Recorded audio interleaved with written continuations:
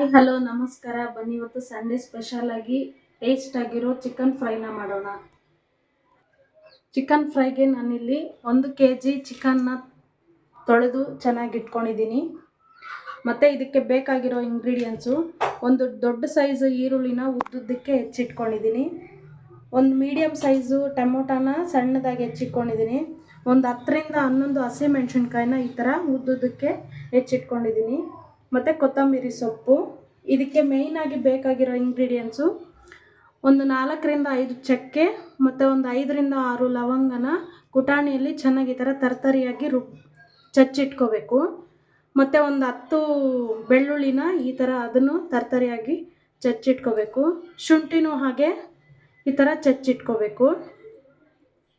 ಮತ್ತು ನಾವು ಮನೆಯಲ್ಲೇ ಮಾಡ್ಕೊಂಡಿರುವಂತಹ ಮಟನ್ ಸಾಂಬಾರ್ ಪೌಡರ್ ಇದು. ಬನ್ನಿ ಇವಾಗ ಶುರು ಮಾಡೋಣ. ಮೊದಲಿಗೆ ಸ್ಟವ್ ಅಂಟಿಸ್ಕೊಂಡು ಒಂದು ಪ್ಯಾನ್ನ ಇಟ್ಕೊಳ್ಳೋಣ. ಇದು ಚೆನ್ನಾಗಿ ಬಿಸಿ ಆದಮೇಲೆ ಒಂದು ಸ್ವಲ್ಪ ಜಾಸ್ತಿಯಾಗಿ ಎಣ್ಣೆನ ಸೇರಿಸ್ಕೊಳ್ಳೋಣ. ಜಾಸ್ತಿ ಅಂದರೆ ತುಂಬ ಜಾಸ್ತಿ ಏನು ಬೇಡ, ನಮಗೆ ಚೆನ್ನಾಗಿ ಗ್ರೇವಿ ಬರೋ ಥರ ಸೇರಿಸ್ಕೋಬೇಕು ಎಣ್ಣೆನ. ಒಂದು ಸ್ವಲ್ಪ ಸಾಸಿವೆ ಹಾಕೋಣ.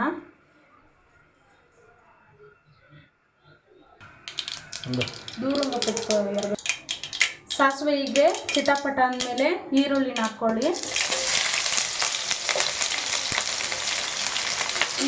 ಈರುಳ್ಳಿನ ಚೆನ್ನಾಗಿ ಫ್ರೈ ಮಾಡ್ಕೊಳ್ಳಿ.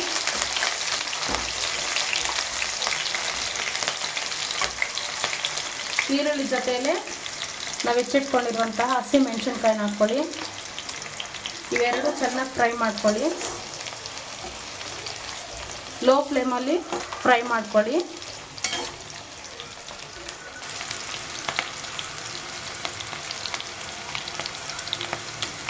ಇವಾಗ ಇದಕ್ಕೆ ನಾವು ಆವಾಗಲೇ ಚಕ್ಕೆ ಮತ್ತು ಲವಂಗನ ಈ ಥರ ಮಾಡ್ಕೊಂಡಿದ್ವಲ್ಲ, ಇದನ್ನ ಹಾಕ್ಕೊಳ್ಳಿ.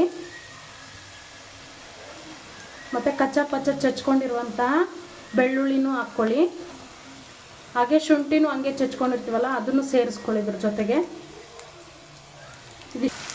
ಇಷ್ಟನ್ನು ಚೆನ್ನಾಗಿ ಫ್ರೈ ಮಾಡ್ಕೊಳ್ಳಿ. ಈಗ ಸ್ವಲ್ಪ ಕಲರ್ ಚೇಂಜ್ ಆದಮೇಲೆ ಟೊಮೊಟೊನ ಹಾಕ್ಕೊಳ್ಳೋಣ. ಕರಿಬೇವನ್ನ ಸೇರಿಸ್ಕೊಳ್ಳಿ.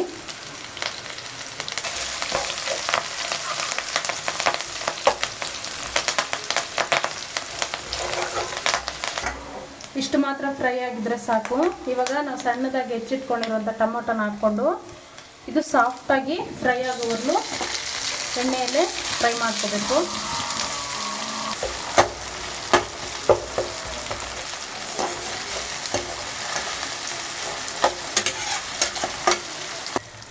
ಇಷ್ಟು ಮಾತ್ರ ಫ್ರೈ ಆಗಿದ್ರೆ ಸಾಕು.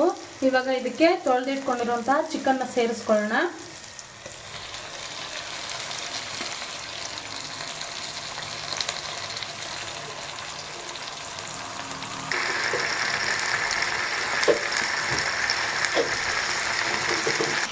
ಇವಾಗ ರುಚಿಗೆ ತಕ್ಕಷ್ಟು ಉಪ್ಪನ್ನು ಸೇರಿಸ್ಕೊಳ್ಳಿ. ಮತ್ತು ಸ್ವಲ್ಪ ಗರಂ ಮಸಾಲ ನಾವು ಆವಾಗಲೇ ಕುಟ್ಟಿ ಹಾಕಿದ್ದೀವಿ, ಅದಕ್ಕಾಗಿ ಸ್ವಲ್ಪ ತಗೋಣ. ಸ್ವಲ್ಪ ಅರಿಶಿನ, ಸ್ವಲ್ಪ ಕೊತ್ತಂಬರಿ ಸೊಪ್ಪನ್ನ ಹಾಕ್ಕೊಳ್ಳಿ. ಇದನ್ನ ಲೋ ಫ್ಲೇಮಲ್ಲೇ ಚೆನ್ನಾಗಿ ಕಲಿಸ್ಕೊಳ್ಳಿ ಈ ಥರ.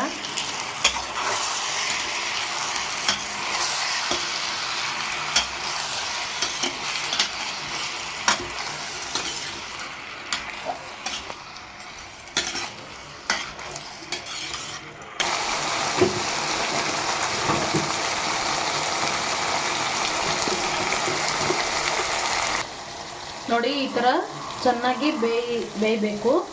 ಇವಾಗ ನಾವು ಮನೆಯಲ್ಲೇ ಮಾಡ್ಕೊಂಡಿರುವಂತಹ ಚಿಕನ್ ಪೌಡ್ರನ್ನ ಸೇರಿಸ್ಕೊಳ್ಳೋಣ.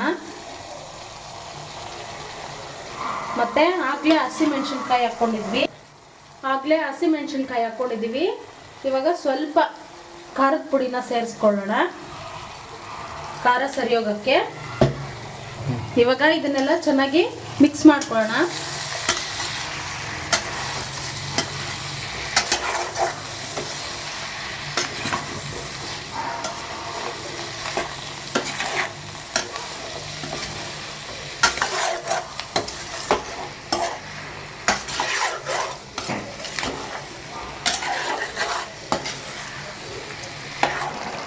ಮಸಾಲೆನೆಲ್ಲ ಚೆನ್ನಾಗಿ ಕಲಸಿ ಒಂದು ಚಿಕ್ಕ ಗ್ಲಾಸಲ್ಲಿ ಸ್ವಲ್ಪ ನೀರು ಹಾಕಿ ಸ್ವಲ್ಪ ಹೊತ್ತು ಒಂದು 5 ನಿಮಿಷ ಮುಚ್ಚಳನ ಮುಚ್ಚಿಡೋಣ.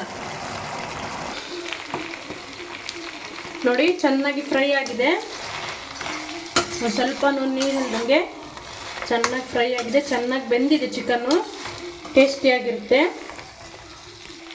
ಇದಕ್ಕೆ ಲೈಟಾಗಿ ಕೊತ್ತಂಬರಿ ಸೊಪ್ಪನ್ನು